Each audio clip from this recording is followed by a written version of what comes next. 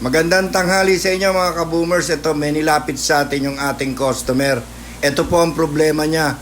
Binahayan po ng langgam ang kanyang sasakyan. Tingnan nyo po.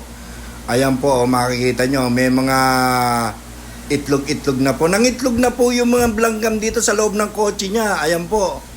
Hindi niya malaman hindi niya maano kung paano tatanggalin. Kaya gagawan po ng paraan ng i-bushine yan.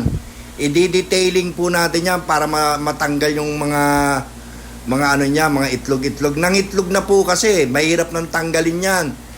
Kaya gagawan po natin ng magandang solusyon po yan mga ka-boomers. Pakita ko sa inyo, tingnan nyo po ang mga itlog niya. Ayan o, dala-dala pa ng mga langgam. Ayan po, yan po ang problema ng ating customer ngayon. Kaya nga gagawan po natin ng paraan yan.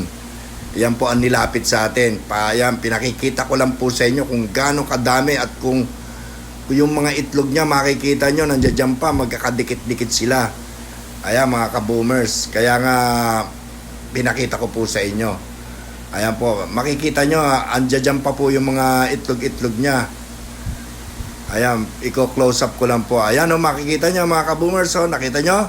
Ayan, ang dami po niya mga ka-boomers. Nako! Talaga nilalanggam, pinuputakti po siya ng langgam, sobra. Ayan na po, nagbabahay na po sila dyan.